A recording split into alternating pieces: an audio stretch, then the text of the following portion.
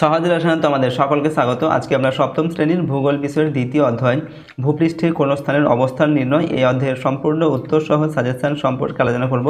অর্থাৎ এই ভিডিওতে আমরা ক্লাস 7-এর জিওগ্রাফি সাবজেক্টটি তোমাদের সেকেন্ড চ্যাপ্টার যেটা রয়েছে ভূপৃষ্ঠে কোনো স্থানের অবস্থান নির্ণয়, এখান থেকে আমরা এমসিকিউ 1 নম্বর 2 নম্বর 3 নম্বর এবং 5 নম্বর মানের সমস্ত রকমের গুরুত্বপূর্ণ প্রশ্ন এবং তাদের উত্তর সম্পর্কে আলোচনা করব।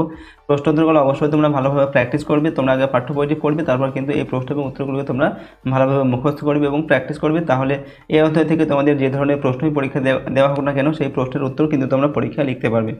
তো চলো আমরা এই ভিডিওতে দেখে নিই ক্লাস 7-এর ভূগোল দ্বিতীয় অধ্যায় ভূপৃষ্ঠে কোনো স্থানের অবস্থান নির্ণয়, এখান থেকে গুরুত্বপূর্ণ প্রশ্ন এবং তাদের উত্তরগুলো। ওকে, সম্পূর্ণ ভিডিওটি অবশ্যই তোমরা কিন্তু প্রথম থেকে শেষ পর্যন্ত দেখবে। আর এই প্রশ্ন এবং উত্তরের পিডিএফ ফাইল পেতে চাইলে সহজ লেসন অ্যাপটি ইনস্টল করবে। অ্যাপের লিঙ্ক ডেসক্রিপশন বক্সে দেওয়া আছে, সেখান থেকে তোমরা অ্যাপটিকে ডাউনলোড করে চাইলে প্রশ্নদের পিডিএফগুলো নিতে পারো। দেখো, প্রথমে আমরা কিছু এমসিকিউ প্রশ্ন এবং তাদের উত্তর দেখব, তারপর 1 নম্বর 2 নম্বর 3 নম্বর এবং বড় প্রশ্নের উত্তর এবং প্রশ্নগুলো আমরা দেখে নেব পরপর। প্রথম প্রশ্ন হচ্ছে, কোনো স্থানের দ্রাঘিমার সঙ্গে তার প্রতিবাদ স্থানের দ্রাঘিমার ব্যবধান 80 ডিগ্রি, 90 ডিগ্রি, 180 ডিগ্রি না 360 ডিগ্রি। তো কোনো স্থানের দ্রাঘিমার সঙ্গে তার প্রতিবাদ স্থানের দ্রাঘিমার যে ব্যবধান সেটা হচ্ছে 180 ডিগ্রি হয়। প্রতিবাদ স্থান মানে তার বিপরীত যে স্থান। উত্তর গোলার্ধে অক্ষাংশ নির্ণয় করা হয় নিরক্ষরেখার মাধ্যমে, ধ্রুব তারার মাধ্যমে, দ্রাঘিমার মাধ্যমে না কোনোটি নয়। তো উত্তর গোলার্ধে অক্ষাংশ নির্ণয় করা হয় ধ্রুব তারার মাধ্যমে। পরের প্রশ্ন 3 নম্বর দেখে, কোনো স্থান ও তার প্রতিবাদ স্থানের স্থানীয় সময়ের পার্থক্য 12 ঘন্টা, 2 ঘন্টা, 24 ঘন্টা না 14 ঘন্টা।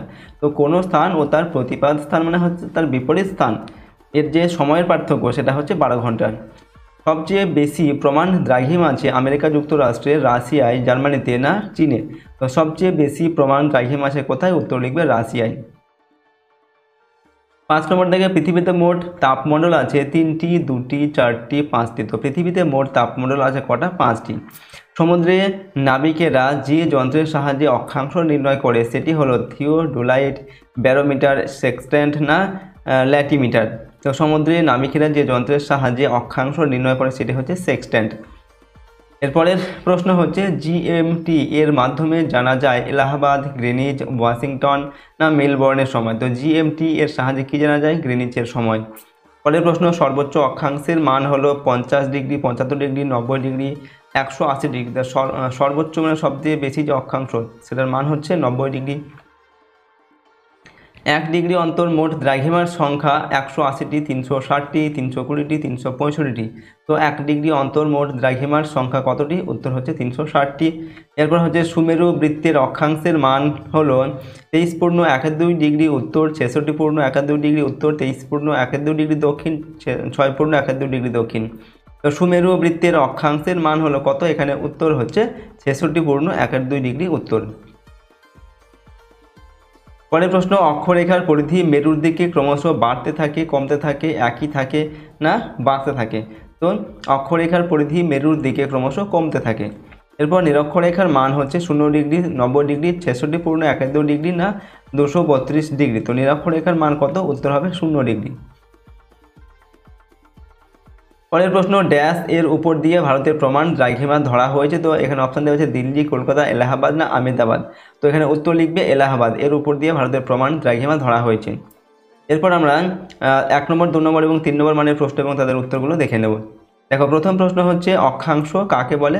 এখানে উত্তর লিখবে নিরক্ষরেখা থেকে উত্তর বা দক্ষিণে অবস্থিত কোনো স্থানের কৌণিক দূরত্বকে সেই স্থানের অক্ষাংশ বলে। ওকে, এটা তোমাদের 1 নম্বর মানের ক্ষেত্রে দিলে জাস্ট এটুকু লিখবে এবং 2 নম্বর এবং 3 নম্বর মানের জন্য দিলে পুরোটাই লিখবে। দেখো, অর্থাৎ নিরক্ষরেখার উত্তর বা দক্ষিণে অবস্থিত কোনো স্থান থেকে পৃথিবীর কেন্দ্র পর্যন্ত যদি কোনো কাল্পনিক রেখা টানা যায় তবে ওই অক্ষরেখা নিরক্ষীয় তলের সাথে যে কোণ উৎপন্ন করে তাকে অক্ষাংশ বলে। ঠিক আছে। নেক্সট, নিম্ন অক্ষাংশ কাকে বলে? উত্তর লিখবে নিরক্ষরেখার উভয় দিকে 0 থেকে 30 ডিগ্রি অক্ষাংশকে নিম্ন অক্ষাংশ বলে। আর মধ্য অক্ষাংশ ও উচ্চ অক্ষাংশের মান কত বা কাকে বলে? উত্তর লিখবে মধ্য অক্ষাংশের মান উভয় গোলার্ধে 30 থেকে 60 ডিগ্রি এবং উচ্চ অক্ষাংশের মান উভয় গোলার্ধে 60 থেকে 90 ডিগ্রি। অক্ষরেখা কাকে বলে? না, ভূপৃষ্ঠে যেসব স্থানের অক্ষাংশ সমান বা একই সেই সব স্থানকে কোনো কাল্পনিক রেখা দ্বারা পরপর যুক্ত করলে যে রেখা পাওয়া যায় তাকে অক্ষরেখা বলে। অর্থাৎ পৃথিবীর পূর্ব পশ্চিমে বিস্তৃত পূর্ণ বৃত্তাকার কাল্পনিক রেখাগুলিকে অক্ষরেখা বলে। অক্ষরেখার অপর নাম কি? উত্তর লিখবে সমাক্ষরেখা। দ্রাঘিমা রেখা কাকে বলে? মূল বন্ধরেখা থেকে পূর্ব বা পশ্চিমে অবস্থিত কোনো স্থান পৃথিবীর কেন্দ্রে নিরক্ষীয় তলের সঙ্গে যে কোণ উৎপন্ন করে তাকে ওই স্থানের দ্রাঘিমা বলে। দ্রাঘিমা রেখা কাকে বলে? উত্তর লিখবে পৃথিবীর উত্তর মেরু এবং দক্ষিণ মেরু পর্যন্ত উত্তর ও দক্ষিণে বিস্তৃত কল্পিত রেখাগুলিকে দ্রাঘিমা রেখা বলে। দ্রাঘিমাংশ কাকে বলে? না, মূল মধ্যরেখা থেকে পূর্ব বা পশ্চিমে অবস্থিত কোনো স্থানের কৌণিক দূরত্বকে সেই স্থানের দ্রাঘিমাংশ বলে। 0 ডিগ্রি অক্ষরেখাকে কী বলা হয়? নিরক্ষরেখা বলা হয়। ঠিক আছে, এরপর 0 ডিগ্রি দ্রাঘিমা রেখাকে কী বলা হয়? উত্তর লিখবে মূল মধ্যরেখা বলা হয়। কোন রেখা পৃথিবীকে উত্তর ও দক্ষিণ গোলার্ধে ভাগ করেছে? উত্তর হচ্ছে নিরক্ষরেখা। আর কোন রেখা পৃথিবীকে পূর্ব ও পশ্চিম গোলার্ধে ভাগ করেছে? উত্তর লিখবে মূল মধ্যরেখা পৃথিবীকে পূর্ব পশ্চিমে ভাগ করেছে, আর নিরক্ষরেখা উত্তর দক্ষিণে ভাগ করেছে পৃথিবীকে।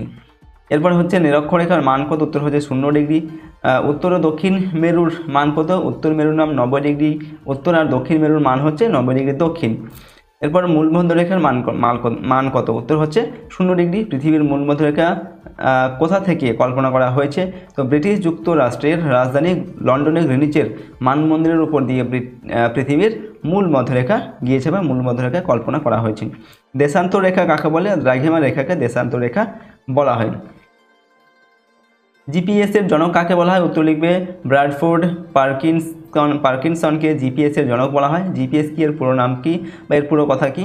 তো জিপিএস হলো পৃথিবীর যে কোনো জায়গার অক্ষাংশ ও দ্রাঘিমা জানার একটি অত্যাধুনিক ব্যবস্থা। জিপিএস এর মাধ্যমে আমাদের অবস্থানের জায়গা বলতে পারি। জিপিএস এর ফুল ফর্ম বা পুরো নাম হচ্ছে গ্লোবাল পজিশনিং সিস্টেম।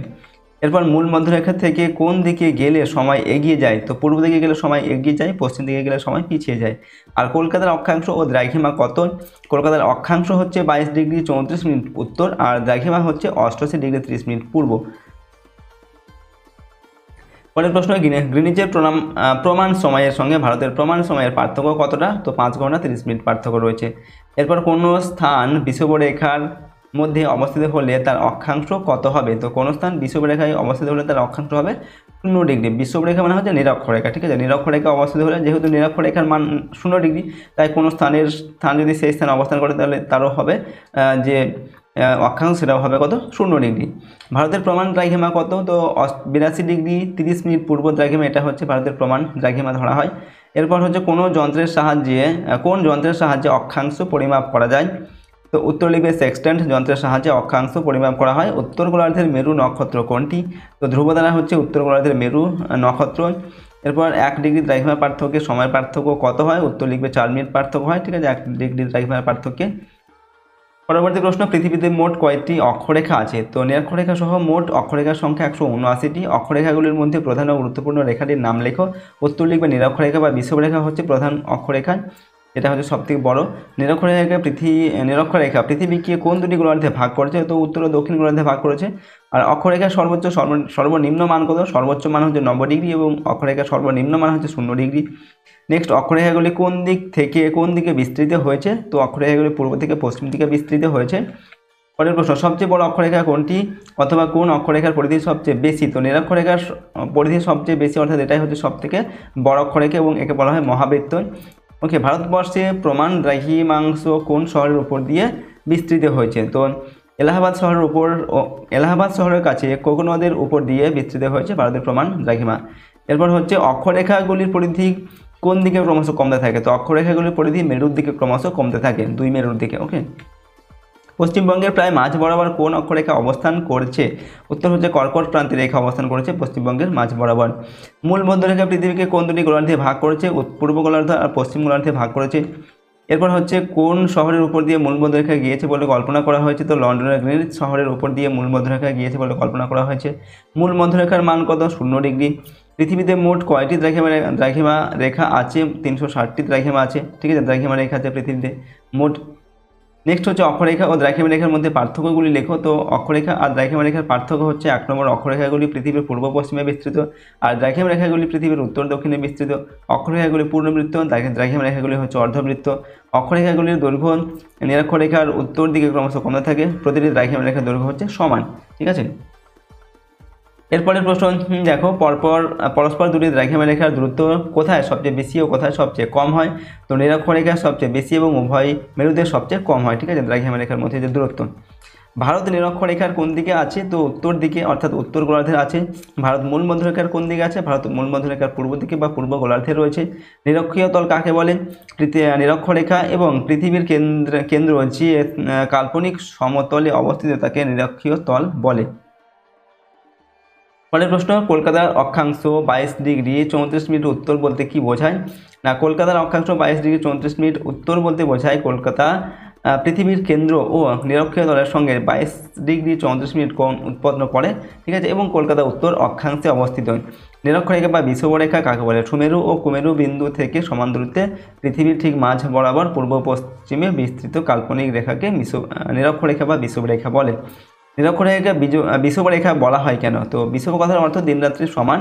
নিরক্ষরেখা মাঝ বরাবর সারা বছর দিনরাত্রি সমান থাকে বলে একে বিষুবরেখা বলা হয়।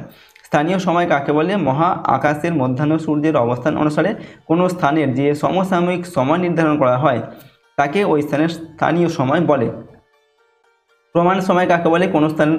কোনো দেশ বা অঞ্চলের অসংখ্য দ্রাঘিমার মধ্যে মধ্যবর্তী কোনো একটি দ্রাঘিমাকে প্রমাণ হিসেবে ধরে তার সময় অনুযায়ী সেই দেশ বা অঞ্চলের সময় নির্ধারণ করা হয়ে থাকে, একে প্রমাণ দ্রাঘিমা, একে প্রমাণ সময় বলে। নেক্সট হচ্ছে ক্রনোমিটার কি? এটি কি আবিষ্কার করেন? তো উত্তর লিখবে এটি এক প্রকার ঘড়ি যা সর্বদা গ্রিনিচের সময়কে সঠিকভাবে নির্ধারণ করে। এর আবিষ্কারক ইংল্যান্ডের বিজ্ঞানী জন হ্যারিসন। ওকে, তো দেখো এই ভিডিওতে আমি তোমাদের ক্লাস 7-এর ভূগোল বিষয়ের 2 নম্বর অধ্যায় যেটা রয়েছে, ঠিক আছে, এই ভূগোলের 2 নম্বর অধ্যায়ের সমস্ত রকমের গুরুত্বপূর্ণ প্রশ্ন এবং তাদের উত্তর সম্পর্কে কিন্তু আলোচনা করলাম। প্রশ্নগুলো তোমরা ভালোভাবে মুখস্থ করে নিয়ে প্র্যাকটিস করবে। প্রথমে আগে পাঠ্য বইটি পড়ে নেবে, তারপর প্রশ্ন এবং উত্তরগুলিকে তোমরা প্র্যাকটিস করবে, ঠিক আছে। তাহলে এই অধ্যায় থেকে তোমরা প্রশ্ন কিন্তু পরীক্ষাতে লিখতে পারবে। এর মধ্যে থেকে কিন্তু তোমাদের পরীক্ষা সাধারণত প্রশ্ন দেওয়া হয়। আর এই চ্যানেলে যদি নতুন হয়ে থাকে অবশ্যই চ্যানেলটিকে সাবস্ক্রাইব করবে এবং পাশের বেল আইকনে প্রেস করে অল অপশানটি সিলেক্ট করবে। ভিডিওটিতে অবশ্যই লাইক করবে, ভিডিওটিকে বন্ধু বান্ধবের সঙ্গে শেয়ার করবে এবং ভিডিওটি সম্পর্কে তোমাদের মতামত অবশ্যই কমেন্ট বক্সে লিখে জানাবে। আর এই প্রশ্ন এবং উত্তরের পিডিএফগুলো আমাদের সহজ লেসন অ্যাপের মধ্যে দেওয়া আছে। অ্যাপের লিঙ্ক ডিসক্রিপশন বক্সে রয়েছে, সেখান থেকে অ্যাপটিকে ডাউনলোড করে চাইলে প্রশ্ন এবং উত্তরের পিডিএফগুলো তোমরা নিতে পারো। আজকের এই ভিডিওটিকে এখানে শেষ করছি। সম্পূর্ণ ভিডিওটি দেখার জন্য অসংখ্য ধন্যবাদ।